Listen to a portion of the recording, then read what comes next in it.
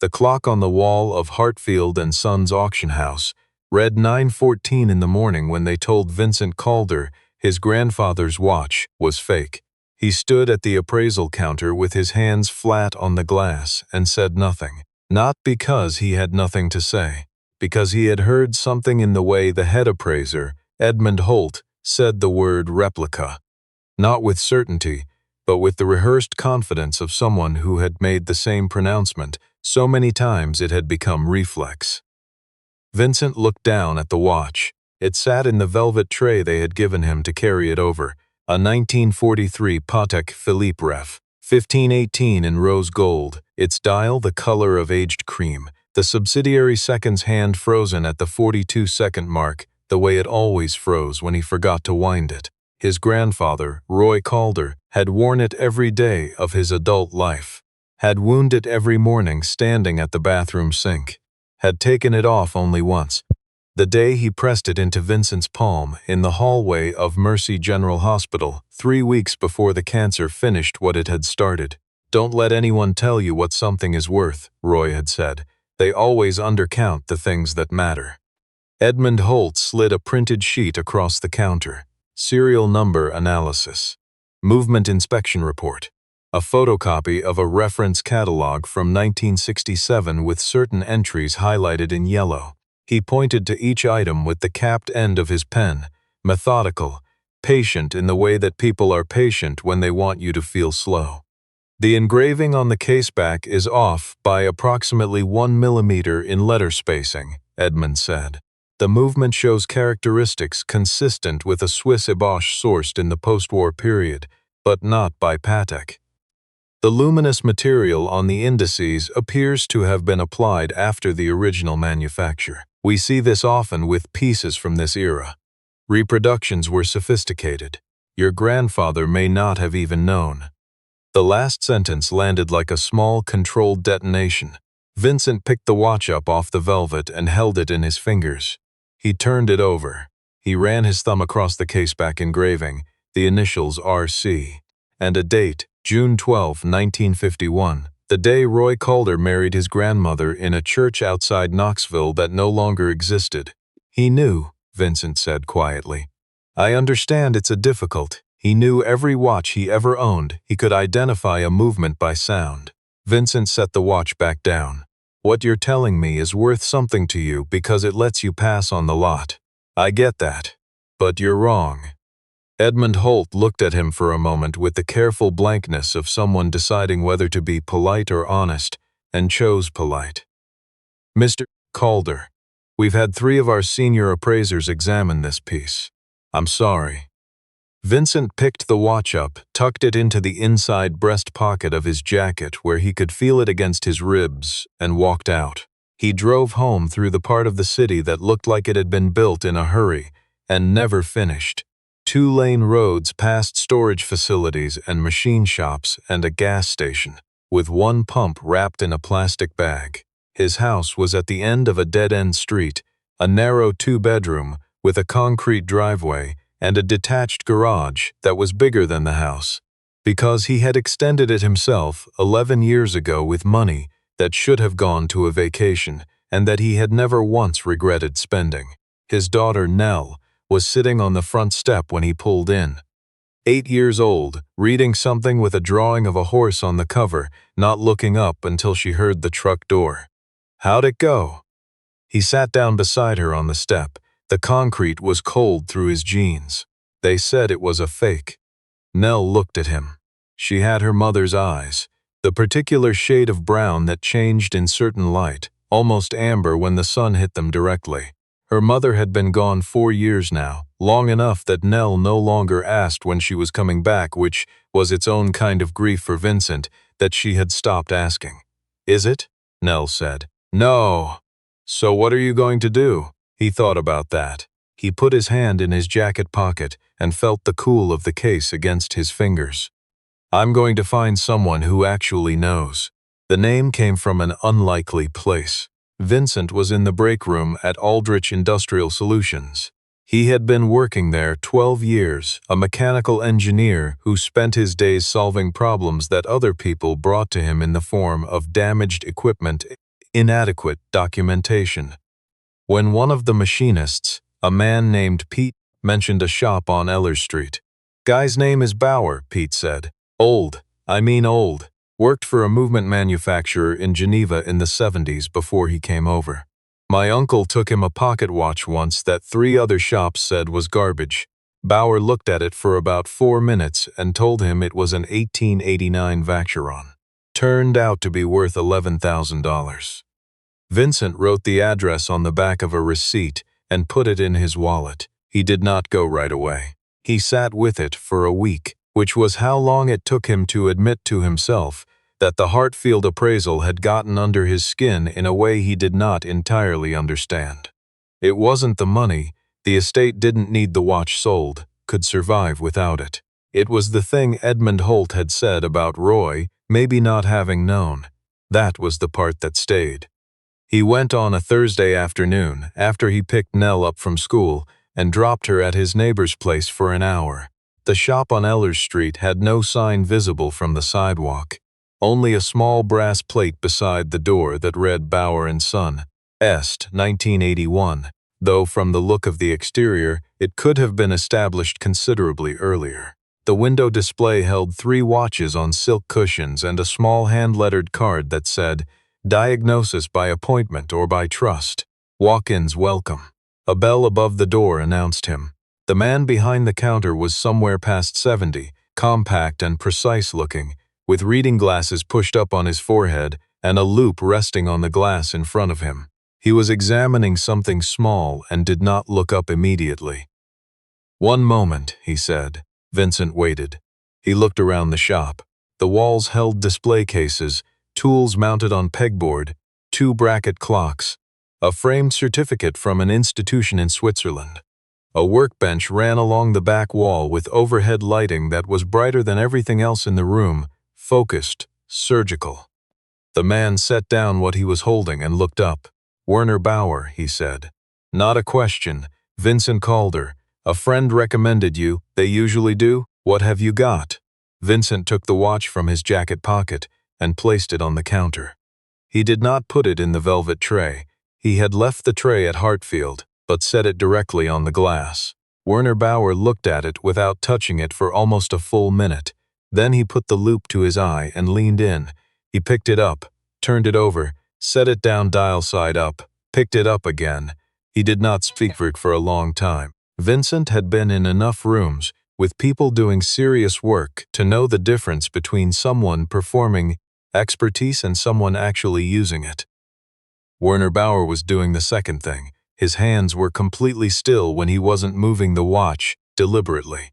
His breathing was slow and even. He made no sound at all until he set the watch back down and removed the loupe. "Where did you have it appraised?" he said. "Hartfield." Werner nodded once, as though that were the answer to a question he hadn't asked out loud. "Who did you see?" "Edmund Holt." Werner picked the watch up again and tilted it under the light. "Edmund is competent with common pieces. He has trouble with the unusual ones because he relies on reference materials that were written by people who also relied on reference materials. It becomes circular." He set it back down. "This watch was made in 1943. The Ref 1518 was the first perpetual calendar chronograph Patek produced in series. They made fewer than 300 across the entire production run, though the exact number is still debated among serious collectors." Vincent said nothing. The caseback engraving that Edmund flagged, the letter spacing. Werner touched the watch lightly with one finger. The spacing he was comparing it to was from the 1945 and 46 production. The earlier cases were done by a different hand engraver at the Patek atelier, a man named Breguet, no relation to the watchmaker, just a name, who had a slightly wider natural stroke. This is documented in exactly one monograph published in 1994 by a collector in Lausanne, in an edition of 200 copies. "I have one of them." He paused. "I suspect Hartfield does not." The silence in the shop felt different now. "The movement," Werner continued, "is caliber 13 to 130, which Patek used specifically for the 1518. The finish on the bridges is consistent with the Geneva seal standards of the period. The luminous material on the indices is a later application, applied, based on my assessment, sometime in the late 1960s, which would make sense.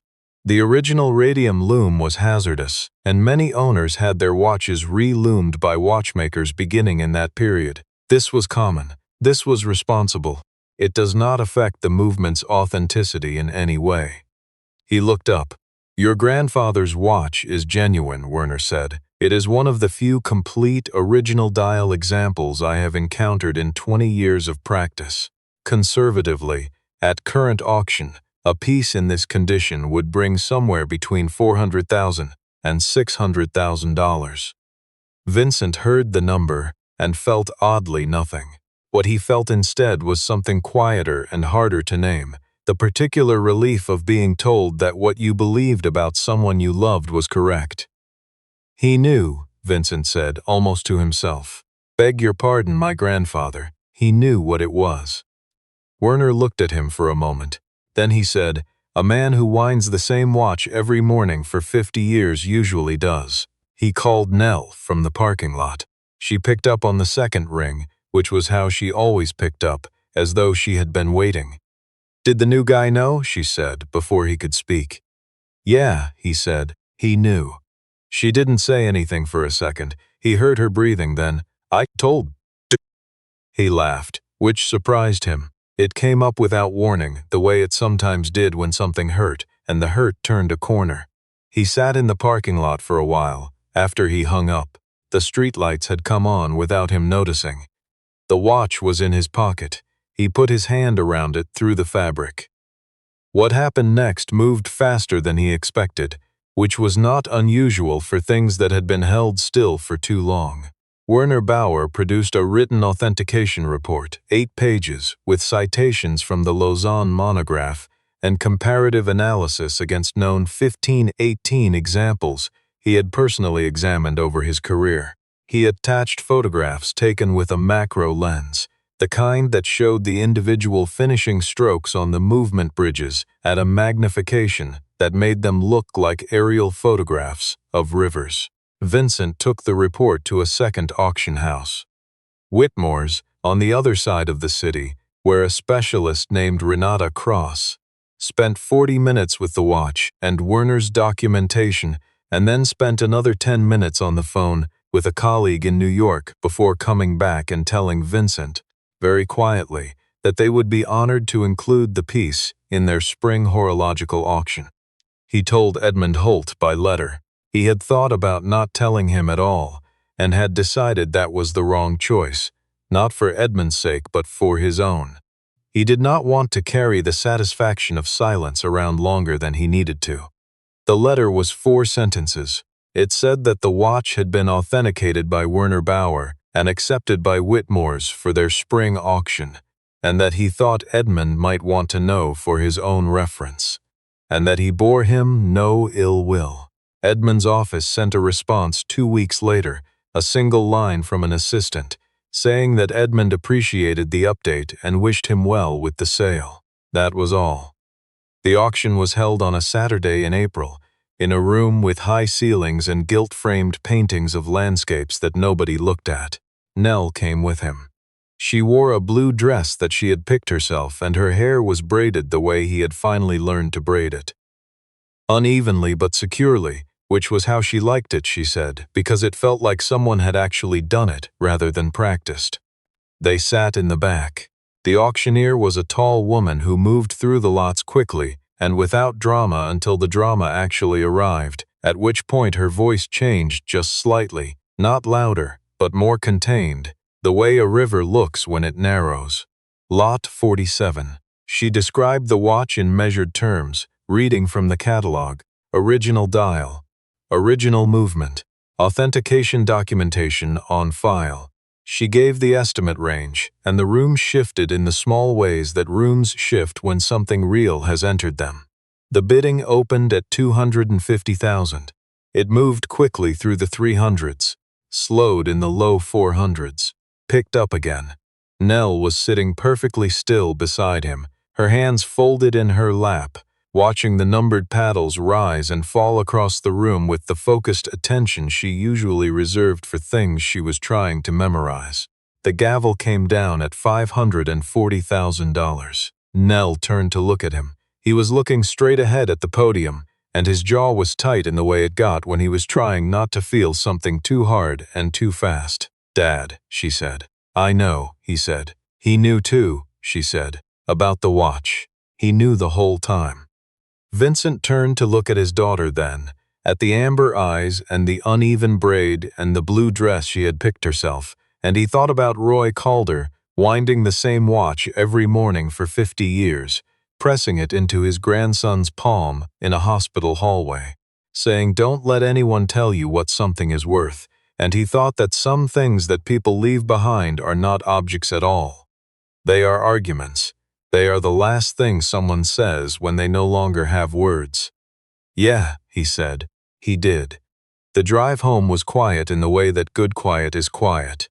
Not empty, but full of the kind of silence that doesn't need to be filled. Nell fell asleep in the passenger seat somewhere past the storage facilities and the machine shops, her cheek against the window, the landscape moving behind her in the dark. Vincent drove and thought about nothing specific. The watch was gone now, in the hands of a collector in Geneva. Werner had told him later, someone who had been looking for an original dial 1518 for 11 years. He thought about that person, whoever they were, winding it for the first time, feeling the resistance, and then the release of a movement that had been winding since 1943. It would keep going. That was what good things did. They moved through hands, through time, through the long argument about what something was worth, and they kept going. He pulled into the concrete driveway, cut the engine, sat for a moment in the dark with his hand on the steering wheel. Nell stirred, looked at him, half asleep. "Are we home?" "Yeah," he said. "We're home." He got out and went around to her side, and she let him carry her, even though she was 8, and had informed him firmly in September that she was too old for that. Tonight she wrapped her arms around his neck anyway, and he carried her up the front step and into the house. And she was asleep again before he reached the hallway. He tucked her in and stood in the doorway for a moment, with the light from the hall falling in, across the floor. Then he went to the kitchen and sat at the table in the quiet house, and he thought about a man who had known what he had, and kept it close, and never needed anyone else to tell him so.